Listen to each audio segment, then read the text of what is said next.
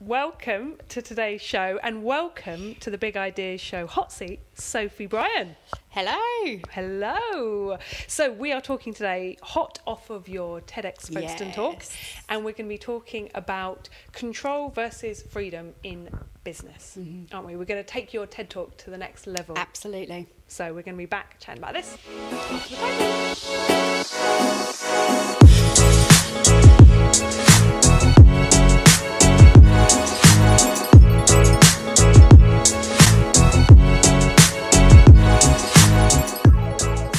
Sophie, welcome along. Thank you very much for having me. And we were just saying in the break there, good choice of colour. You stand out. Well, I'm kind of still in my TED branding, aren't I? My red. Yeah, definitely. I noticed in the videos we were both wearing the same colour. We had both gone on brand. Absolutely. TEDx all the way. Yeah, exactly.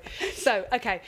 Of course, you were the perfect person to get on for our topic of leadership because that's what your talk kind of comes down to, doesn't it? And the whole Montessori ideas behind that.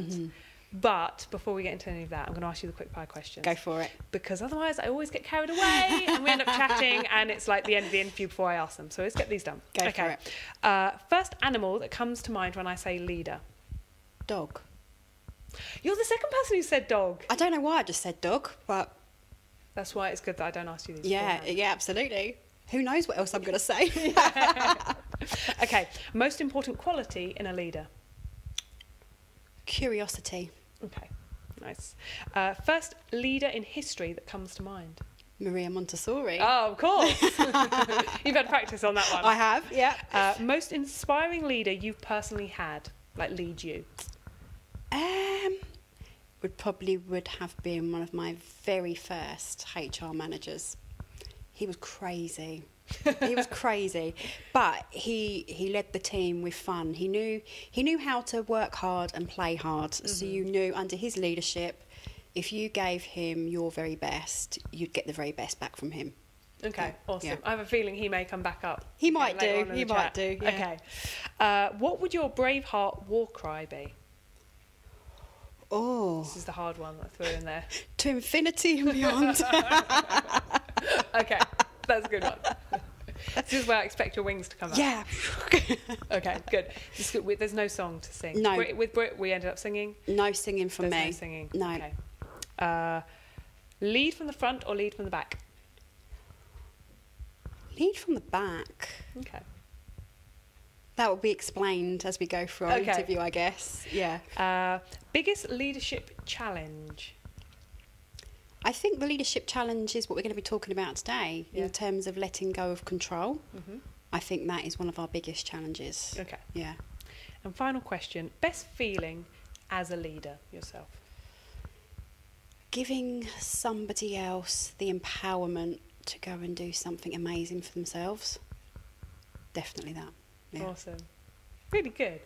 Nice answers. Thank you. I like those. They set us up Unrehearsed. Well. Unrehearsed. I know, I was tempted to give you a little sneak preview, but I didn't. So they're good. So, okay, let's get on with our chat, shall we? So, for those that haven't, actually saying that at the time of recording, no one would have seen the video. They might have seen the talk. Yeah. But just give us a very brief overview of kind of what you're all about, and then we'll go into kind of what we're going to talk about in terms of the next stage of that idea. Yep. Okay, so my TED talk was about drawing comparisons between the Montessori education and the way I think we should maybe operate in the workplace.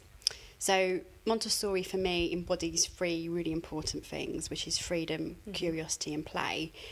And in the Montessori environment, these children have an abundance of that. Yeah.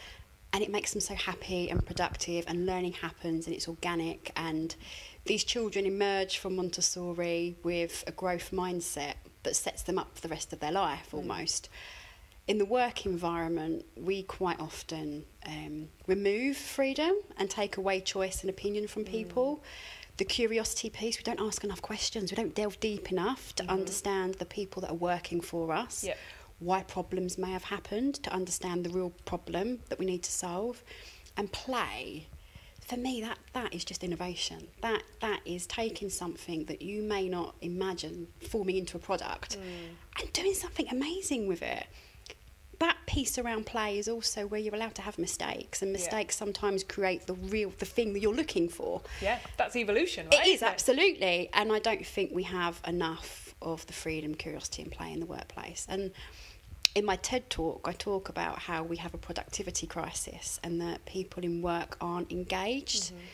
And I think if we had a little bit more of those three things, we could find that productivity changes, engagement changes, and overall happiness at work changes. So. Yeah, because there's a lot, isn't there, now about well-being in work. Absolutely.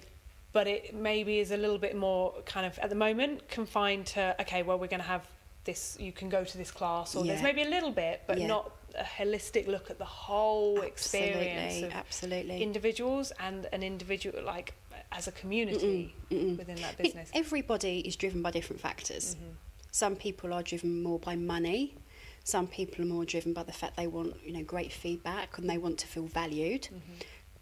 But aside from how you're driven and what motivates you to come to work, I think if you knew that your manager trusted you to do a good job and gave you the freedom to explore how you best do your job, gave you some real hard questions to think about, to challenge you, because I don't believe any of us want to go to work and just do the day job. There's got to be an area of interest for us. And that curiosity piece and that questioning, one, allows you to think about that. Secondly, it builds relationships. Just the very fact you're asking me these questions makes me feel, Leo's really interested in what I've got to say. That makes you feel good, doesn't it? When someone shows interest and asks you questions. So that curiosity piece, I think, is really key. And the playing piece, an opportunity for people to let their hair down, to let their guard down, to see whatever comes through. I just think that regardless of how you're wired, an opportunity to play in whatever form play means for you can change that, even if you're money motivated. That can still change that for you. So okay, awesome. So we said, though, we're gonna, because it's very easy, because it's really inspiring, it's lovely talking about but we don't want to repeat the TED. No, definitely not. So we're going to talk more specifically, aren't we, about how to put this into practice, action and into practice, because I'd imagine a lot of people would go, yes, those things are great, but oh my God, how do I actually do it? And we wanted to pick up, we were talking beforehand, weren't we, about control being maybe not the only, but certainly a very strong thing that's going to stop you being able to implement those things. So, can you kind of comment on that? How would you go and put these into action? And what's the mindset, I guess, both of the person who's kind of saying, yes, we're going to go ahead with this change, this new way of working, but also for the individuals, because I know you said about how we all want to go to work and be inspired, try new things, but we're also, as human beings, naturally quite lazy. It can be hard sometimes to break habits, can't it? Absolutely. So how do we actually put it into practice? Okay, so the control piece actually very cleverly goes back to two of the questions that you asked me. So you asked me about leading from the front or leading from behind, and I chose lead from behind. And I agree with leading from the front as well, but I think in this context, I think to relinquish control within a business, whether it's 2 or 3 people or whether it's a large scale organisation, I think actually allowing your people to have a voice and giving them some element of freedom to explore how they feel about working there, what might be working with the customer, what's not working, what's going wrong, how could we create a better product. So if you allow your people to give you that feedback and you take all the reins off and you say, okay, the floor's yours, have the mic.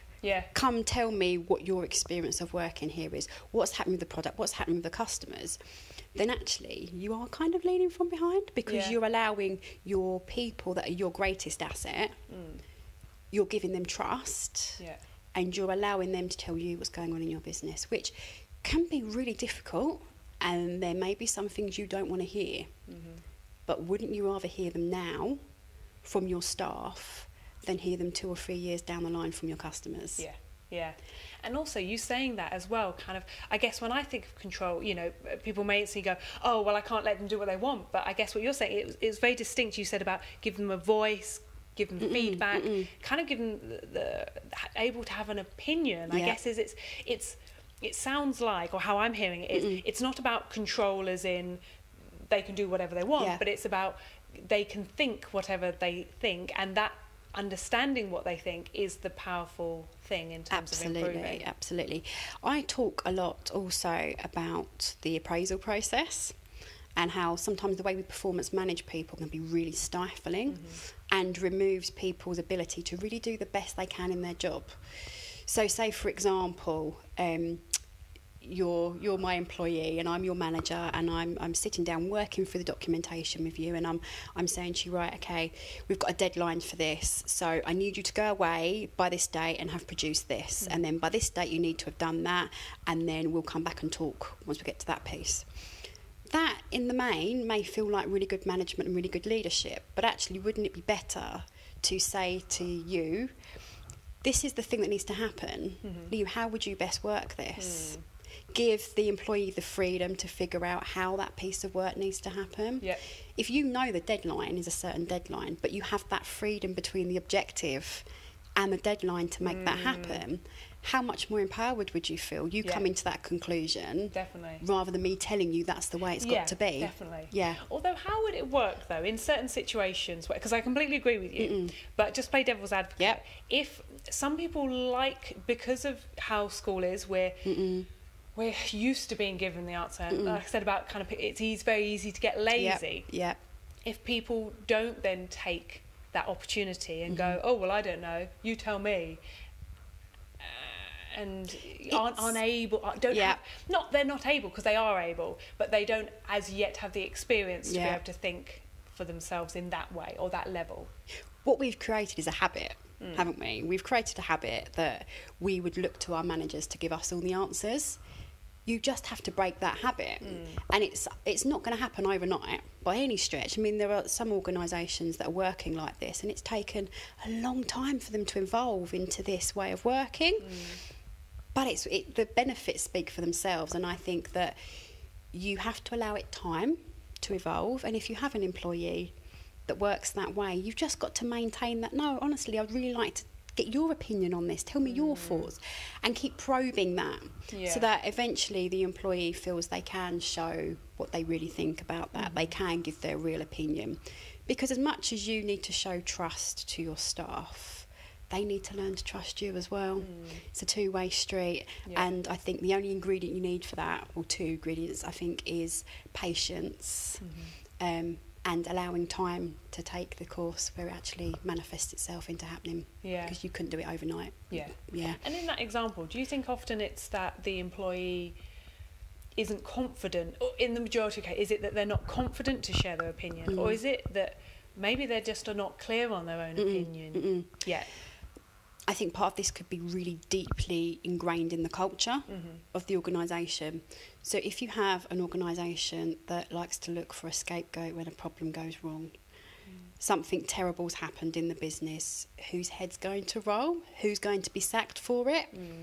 There's no way, as an employee having this discussion with me as your manager, you're going to want to sit there and tell me that stuff, because you're going to think, well, this is going to jeopardise my job. Why would I say this? So that scenario you've just described there is about the real heart of the business, and you couldn't change that unless you learnt to accept that mistakes are going to happen, and as an organisation you embrace them, and you say, what can we learn from that? How can we enrich what we now know from this particular thing that's happening? I mean, some of these things could be, awful, but you have to move on and learn from them. Otherwise, as an organisation, you stand still. And I think the employee has to learn from you as a manager that you can be trusted with that information. So managers have got a really hard task ahead of them, as much as the employee has in terms of adapting to this way of working. Okay. So what, going back to, you mentioned about questions earlier, which is something that has been, over the past kind of few months, years, a real shift for me in going, the power of questions, but also how until you start thinking about what do I want to know, what do I want to learn, questions can actually be quite hard sometimes. And I'll often, in the bit that we're going to do after this, and I'll kind of say, what question do you want to ask your audience? Yeah. And a lot of people will go, oh, I don't know. Because we don't think, what do I want to know? We think, what do I want to tell or say or project? Yeah. How, as a manager or as the head of the company, whoever it is, how do you help people be able to have that switch in mindset from this is what I want to say to no, this is what I want to collect. I want to be the gatherer of information. And what's the question I need to ask to get that? That is a tough one, because you have got to change your mind. You really have got to change your mindset. Yeah. And you've got to think about, what is it I don't know about this person? And what is it I could be doing for this person by asking these questions? Yeah.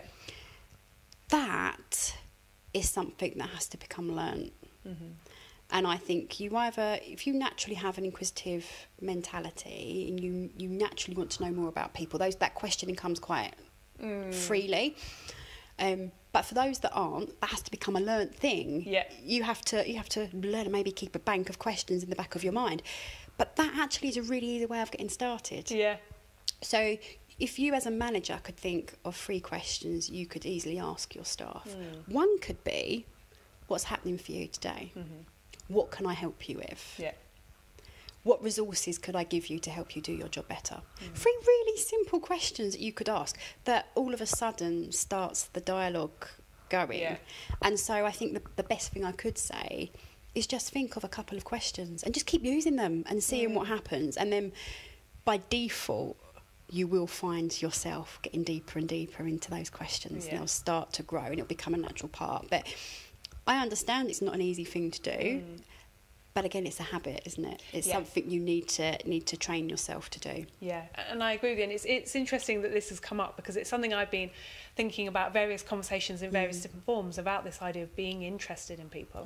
And I always think when people say about kind of being interviewed, oh, that was great, and kind of going, for me, interviewing isn't hard because I'm just genuinely interested in why people do what they do, how they think. But yeah, how do we develop interest? It's funny, isn't it? Like, it's something we never really consider, but I always like to think, if I was to bottle it down and kind of go, what is the thing that allows me to do what I do? Nothing more than just being interested. And being inquisitive. And I wonder, I don't know whether it's a question or it's just interesting. Where does interest come from? I think there is, I shared this and that was a really bad analogy, but I'm going to go with it because it's the one that makes sense with me. But it's like seeing a black bag full of toys that that are going off to the charity shop, or a big shopping bag full of stuff, and you just see on the surface there's a teddy bear or something in there. You just assume the whole bag is full of teddy bears, and what you've got at the front of that bag is what's in the rest of the bag. But actually, if you took stuff out the bag and all of a sudden, oh my God, there's necklaces in here, and there's some really interesting books, and you start to unravel what else is in that bag or in a box, you get to really see the true picture. And I think if you do that with an employee and you just take what's on the face there, you miss all those talents, those interests, all that tacit knowledge that person has got up there. They're storing in their head and they're not sharing with you. I guarantee you could ask most people in any business, what improvement would you make to the product, to the way you work, to the process? They would give you one, and they'd happily give you it. But if you don't ask that question, you don't know the talents that you've got behind the person. And my goodness, what an amazing business you could have if you knew all the talents of your people. You knew the way they were thinking and how they were operating in your business. Think the amazing things that could happen, the innovation that could happen, and where your market share could fall. If you're a small business, imagine how your product could diversify. Imagine how you could market your product just by having that questioning conversation with someone.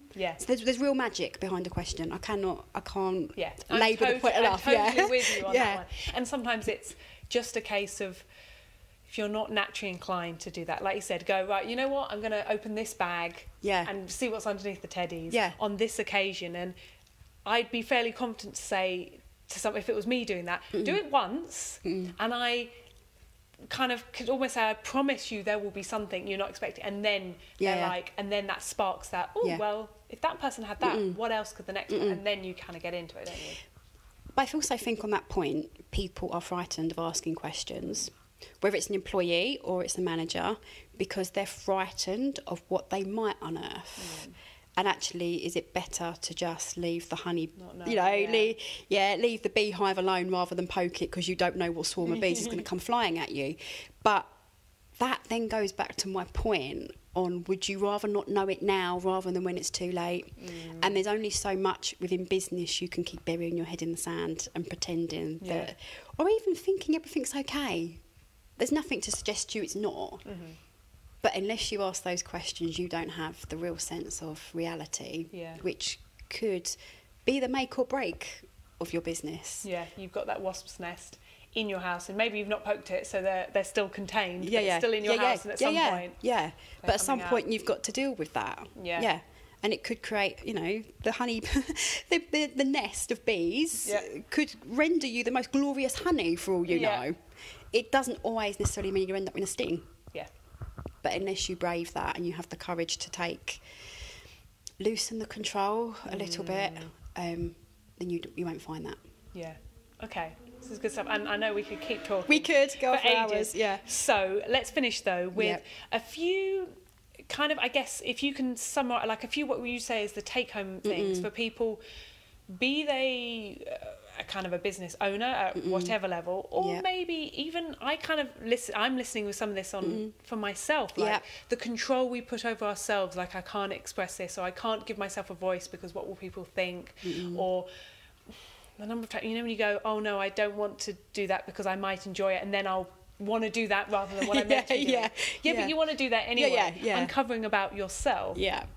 So can you give a few tips maybe on what you'd say on how we can implement these ideas, curiosity, freedom, play, in our small teams or in ourselves? Sorry, I put you on the spot. But I think freedom, curiosity and play applies across every facet of life, not just in work, not just in ourselves, in the way we parent, in the way we educate. And so I guess on freedom, I think you could ask yourself, how much freedom do you allow yourself to explore new things, which kind of meanders into curiosity. But what things could you be curious about? What questions have you stopped asking yourself? Or what questions would you like to ask somebody else that could be really meaningful for them? When you could learn so much from that. And how enriching could asking that question be for you? And that completely applies in the work context. It completely applies in family context. And then play, I cannot over-labour the point of the importance of play, that experimenting. And I think it's quite easy to say, don't worry about the failure that might come with that playing, because I think we all, in some parts of us, have this... We see failure as a really bad thing. I know I do, and I don't accept failure very well at all. But I think if you can see play as something that you can really engage with and immerse yourself in, regardless of whether you're building a tent and it falls down on you, it's the experience of going through that process is what counts. So I think we can all give ourselves a little bit of freedom to explore. We can all ask ourselves some really key questions, or ask others some really key questions. And I think we can all put down the iPads, walk away from the TV, walk away from our phones, and just go and play with something and see how enriching that is for you. What sort of, as an adult, what sort of things in a play context do you find people find the most liberating, or has the biggest impact? Is there any, like you've got adult colouring books? Is there any... particular thing that comes to your mind that you found works? I say play, which kind of renders some kind of kinesthetic, hands-on, like you want to play with clay or something. But play could be singing, play could be dance, play could be sport, play could manifest itself in any way that you might just want to experiment with something. It could be picking up the piano, learning to play the piano, or picking up the violin for the first time. Always fancying playing netball but never having done it before. Well, go get on the netball court. That's it hasn't just got to be the playing with Lego or the traditional sense of play. No, it can manifest itself in any way. Go and explore something. Yeah. Those things that have been on, I want to give that a try. Yeah. And you don't, oh my God, don't get me started on this subject, especially when it comes to sport. Go and do that random sport that you've always said you wanted to try, but not got round to. Absolutely. And that so neatly transfers into the workplace as well. That if we created more space for people to get involved with the things that they're really interested in the workplace, and they can play and experiment with them, my goodness, what could happen? Some really good stuff could happen. Definitely. Yeah. Sophie, it's been awesome. Thank you very much for having me. I've loved it. Great. So looking forward to people should look out for your TED Talk. Absolutely. That includes, is that the right word to say? Yeah. Includes this talk. Yeah. So yeah, it's been absolutely wonderful. Thank you so much. Thank you very much. Thank you. Cheers. Bye.